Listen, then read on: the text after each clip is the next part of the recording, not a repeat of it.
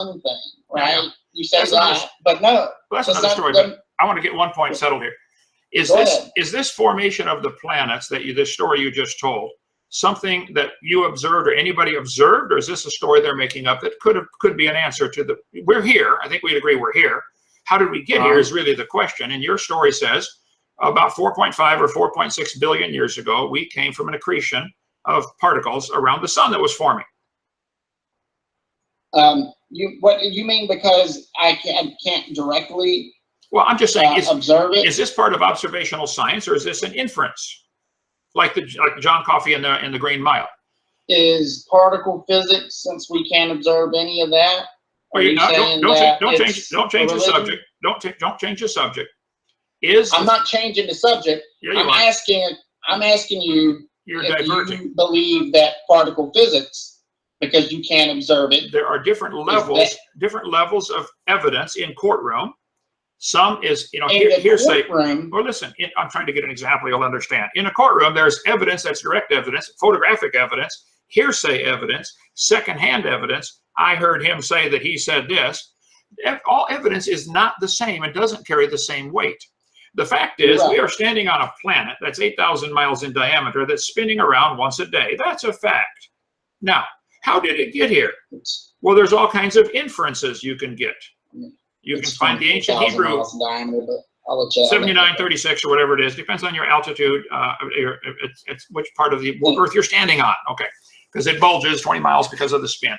Yeah. Okay, I agree. Now, how did it get here? You believe it was in a part of an accretion disk from the sun forming. I would like you to. I'd like you to admit to the listening audience that this is what you believe. This is not what you can prove scientifically. Is this something you can prove scientifically, Nolan, or is this your belief? Are you saying the formation of the Earth? You're asking me to be able to create a star and I know you can't do it, and I can't either. So you believe that it happened. I believe that it happened because they've done the models. So a model therefore makes it true. So if the model works, therefore it must have happened. Is that your No, position? I didn't say that. They also have looked at other planets from other solar systems and stuff like that. And they've seen them where it's a star is being birthed, where you don't believe in that, but you for some reason believe in supernova, which you obviously didn't check up on how long supernova would take to actually happen, or you wouldn't believe in them either. Because it's more than 6,000 years. But when it's happening, you can see the rocks or whatever's there, and you can see it amongst and there's probably more planets than there are stars in the galaxy. Okay, let's take this one slow bite at a time here. You're saying your position is that they are seeing stars forming. Is that what you're saying? I think that we see them. Just like it's like this. If I take a picture of a 5-year-old, I could say that I've got a picture of that 5-year-old at that moment. You can't say that the pictures of the child becoming an adult.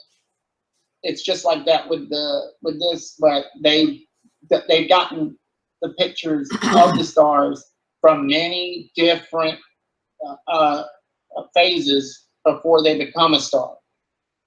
So I think that by finding them in all those different phases, it shows the inference again.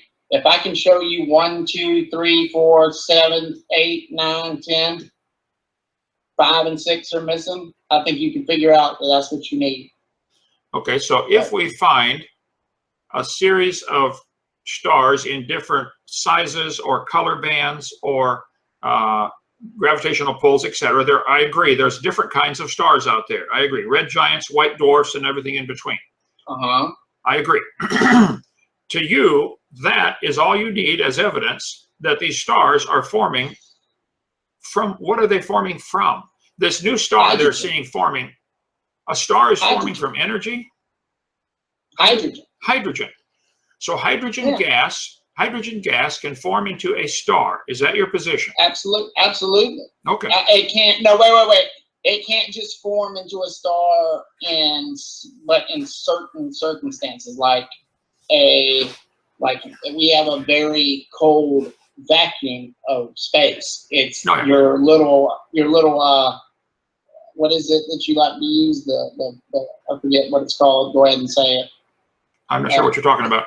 It's something that says that it's impossible for the Bohr's gas law or something. Boyle's gas law. Boyle's. Yeah, Boyle's, B-O-Y-L-S. Yeah, it doesn't apply.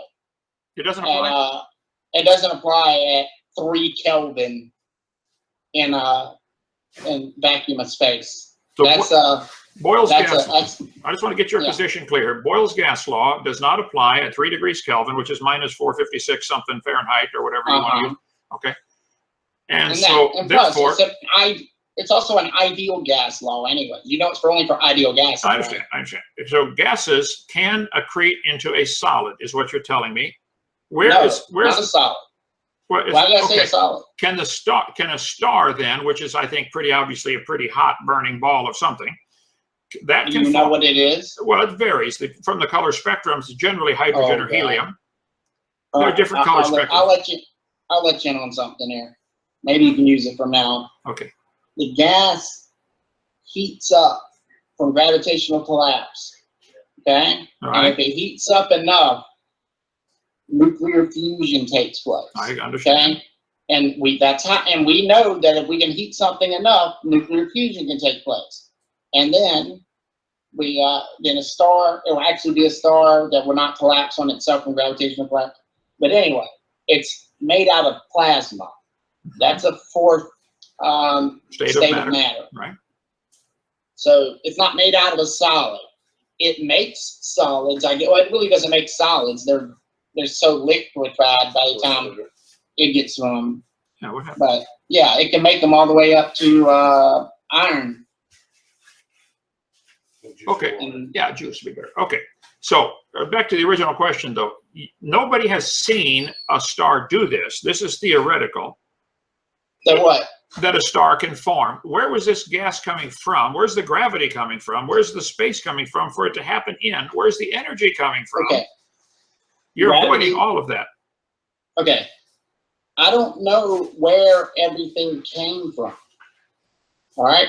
But I do know by the models of the Big Bang Theory that hydrogen, a little bit of lithium, and maybe a little bit of beryllium was produced.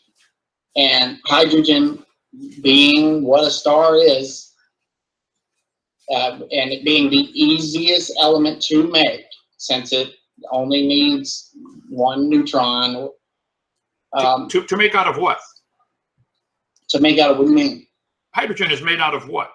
Made out of a neutron and a proton, but where did that come from? Not both. One. Neutron, proton, one electron, one neutron, one proton. You can't have a neutron and a proton. It'll weigh more.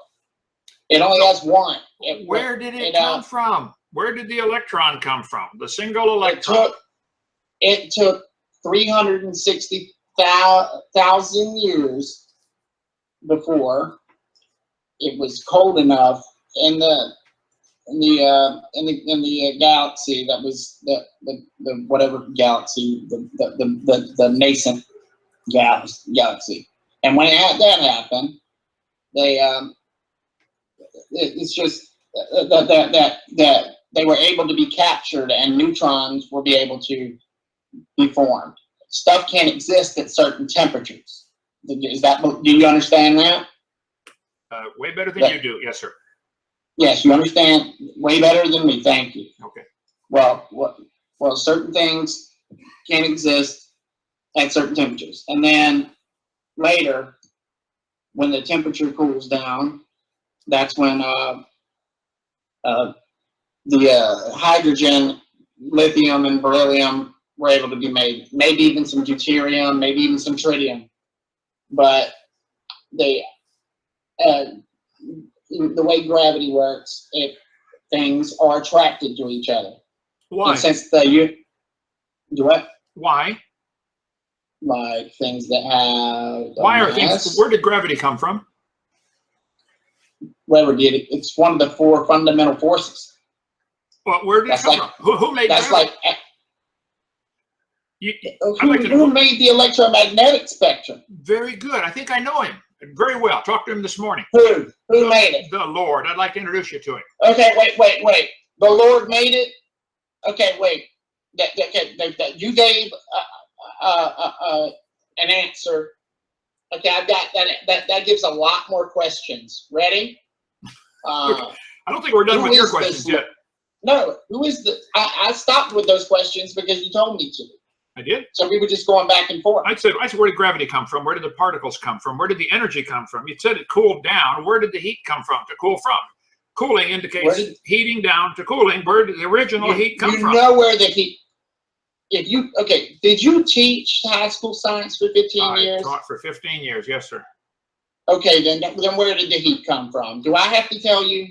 I'm asking you where you believe it came from. I'm trying to demonstrate to the listening audience that you have a religion, not a science. You believe these things. You don't know them.